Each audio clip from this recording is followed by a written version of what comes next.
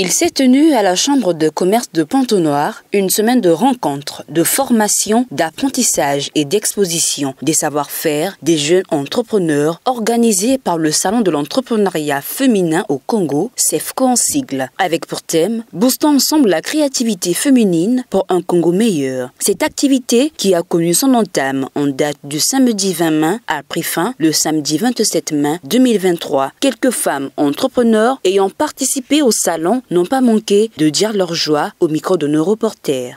Nous sommes satisfaites, surtout pour nous les femmes, et on remercie aussi SEFCO d'avoir pu nous donner l'opportunité de pouvoir montrer ce qu'on pouvait faire, et vraiment merci.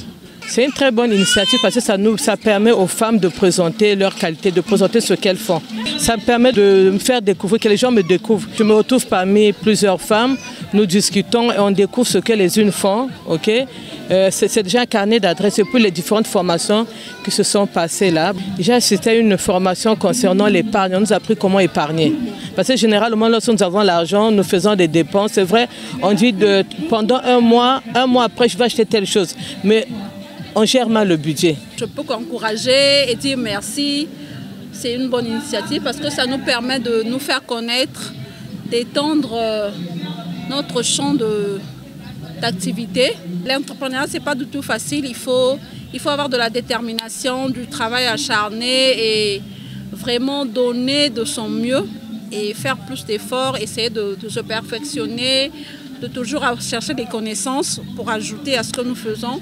Je dis que c'est une initiative à encourager parce que plusieurs femmes actuellement sont maltraitées dans leur foyer parce qu'elles ne savent rien faire. Elles comptent sur leur conjoint. Donc pour cette initiative-là, moi je dis que oui, ça va pousser plusieurs d'entre nous à se réveiller, à se dire que les femmes aussi ont une place dans la société. Ça a été une semaine remplie d'émotions, une semaine très chargée, vraiment un challenge comme vous avez su le dire. Une semaine qui nous a donné du boost et qui a fait que l'on puisse vraiment se multiplier, si on peut le dire, x4, x10 pour réussir cette semaine.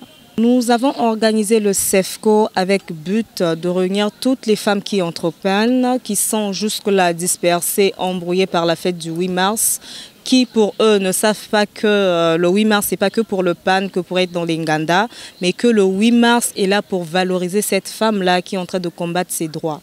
D'où le SEFCO vient pour rattraper cette femme-là, pour la conscientiser en offrant beaucoup de formations à cette femme-là qui entreprend et également donner de l'espace à cette dame congolaise qui entreprend pour vendre ses produits et donner une certaine visibilité. Optimiser, valoriser le savoir-faire des femmes entrepreneurs est l'enjeu majeur du SEFCO, question d'apporter un plus à l'économie nationale. Pour cette première édition, le conseil qu'on donne à ces dames-là qui ont eu à participer à la première édition du SEFCO, c'est de ne pas baisser les bras.